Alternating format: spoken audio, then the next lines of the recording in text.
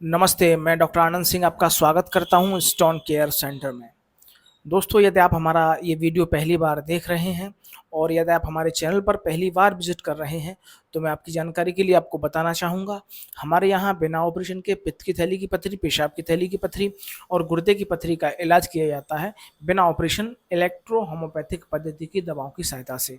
Electro homeopathic पद्धति की दवाइयाँ पूर्णतः प्राकृतिक होती हैं। इन दवाओं का किसी भी तरह का कोई भी दुष्प्रभाव नहीं होता है। दोस्तों, जो भी पेशेंट हमारे यहाँ ठीक होते हैं, हमारा प्रयास रहता है कि हम उन मरीजों की अल्ट्रासाउंड रिपोर्ट, इलाज से पहले की रिपोर्ट और इलाज के बाद की रिपोर्ट आपके साथ शेयर करें।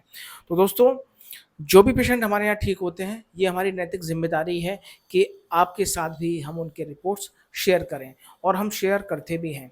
दोस्तों, इलेक्ट्रोहोम्योपैथी एक ऐसी चिकित्सा पद्धति है जिसका आविष्कार सन 1865 ईस्वी में डॉक्टर काउंट सीजर मैटी जी ने इटली के बोलगाना शहर में किया था। बहुत ही अच्छी पैथी है और बहुत ही शीघ्र, बहुत ही जल्द, बहुत ही कम समय में पेशेंट को बीमारी से यानी कि बीमारी को ठीक करती है।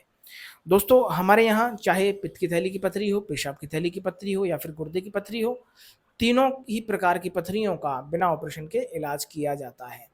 दोस्तों, साथ ही साथ मैं आपको कहना चाहूँगा कि यदि आपके परिवार में किसी को भी किसी भी तरह का कोई भी स्टोन है, चाहे वो पित्त की थैली की पथरी हो, पेशाब की थैली की पथरी हो, आप निश्चिंत रहें। हमारा जो नंबर दिया गया है स्क्रीन पर, आप इस पर कॉल करके हमसे जानकारी ले सकते हैं यदि आपके मन में कोई भी सवाल हैं तो। अब दोस्तों, हम बात करेंगे कि किडनी स्टोन के दौरान या गॉल ब्लैडर स्टोन जब होता है तो ऐसी स्थिति में हमें दूध क्यों नहीं पीना चाहिए, या फिर जो भी डेयरी प्रोडक्ट हैं, दूध हैं, दूध से बनी मिठाइयाँ हैं, पनीर है और जो भी चीज़ें हैं जो दूध से बनी हुई हैं जिन्हें हम डेयरी प्रोडक्ट बोलते हैं, वो क्यों नहीं खाने चाहिए, आज हम इस पर बात करेंगे। दोस्तों, वैसे तो गॉल ब्लैडर में कोलेस्ट्रॉल और बिलिरुबिन पिगमेंट के स्टोन बनते हैं, लेकिन हम आपसे गॉल ब्लैडर स्टोन के दौरान भी दूध के लिए क्यों मना करते हैं, आज हम इस पर बात करेंगे। तो दोस्तों, गॉल ब्लैडर स्टोन वैसे तो बनते हैं आपके बिलिरुबिन पिगमेंट के और कोलेस्ट्रॉल पिगमेंट के, लेकिन जो कोलेस्ट्रॉल जमा होता है आपके लीवर पर, तो लीवर पर कोलेस्ट्रॉल जमा होने का जो कारण है उसमें दूध काफ़ी हद तक इसके लिए ज़िम्मेदार होता है। यदि आपका जो लीवर है वो फैटी है, तो इसका मतलब है कि आपने फैटी चीज़ें ज़्यादा खाई हैं। दूध, दही, पनीर, अंडा ऐसी चीज़ों का आपने ज़्यादा सेवन किया है और इसी वजह से आपने जब दूध, दही, पनीर का ज़्यादा सेवन किया है, इसी वजह से आपके गॉल ब्लैडर पर फैट का जमा हुआ है, आपका लीवर फैटी हुआ है और यही फैट लीवर से जो आपका बिलिरुबिन होता है जो कि लीवर में बनता है इस और आपके गॉल ब्लैडर में जाके इकट्ठा होता है, जो कि भोजन पचाने में सहायक होता है।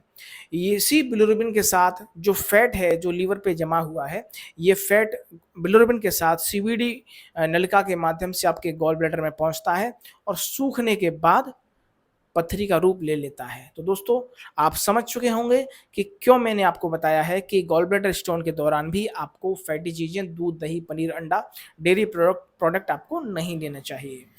अब दोस्तों, हम बात करेंगे कि किडनी स्टोन के दौरान हमें फैटी फूड क्यों नहीं लेने चाहिए।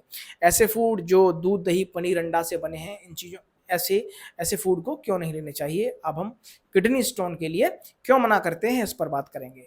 दोस्तों, वैसे तो गॉल ब्लैडर में कैल्शियम के स्टोन बनते ही हैं, इसके दौरान इसके अलावा भी आपका सिस्टिन, स्ट्रोबाइट और ऑक्जेलेट के स्टोन बनते हैं, लेकिन ज़्यादातर 90% कैल्शियम ऑक्जेलेट के स्टोन बनते हैं। तो दोस्तों, यदि आप अधिक मात्रा में फैटी चीज़ें लेते हैं, फैटी फूड लेते हैं, डेयरी प्रोडक्ट लेते हैं, जैसे कि आप पनीर है, दूध है, अंडा है, ऐसे ऐसी चीज़ों का आप ज़्यादा यूज़ करते हैं, ऐसे फूड को लेते हैं, ज़्यादा मात्रा में कंज्यूम करते हैं जो दूध से बने हैं, चाहे वो मिठाइयाँ हों और बहुत सारी चीज़ें दूध से बनती हैं।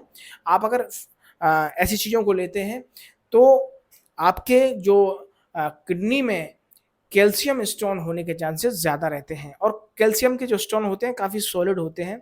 इनके घुलने में भी दवाओं से काफ़ी समय लगता है। सामान्य तौर पर अगर सिस्टिन का आपका स्टोन है तो वो 1 महीने में घुल जाएगा, लेकिन यदि आपका कैल्शियम ऑक्जेलेट का स्टोन है तो हो सकता है कि वो 2 महीने या 3 महीने का भी समय ले ले। तो दोस्तों, एक छोटी-सी जानकारी मैंने आपको देने के लिए इस वीडियो को बनाया है।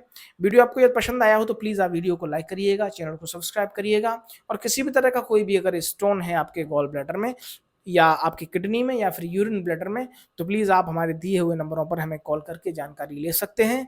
आप हमारे क्लिनिक आकर भी मेडिसिन ले सकते हैं। मेडिसिन आप यदि आप अपने पते पर मंगाना चाहें तो आप अपने पते पर भी दवा को मंगा सकते हैं। दोस्तों तब तक के लिए नमस्कार, धन्यवाद।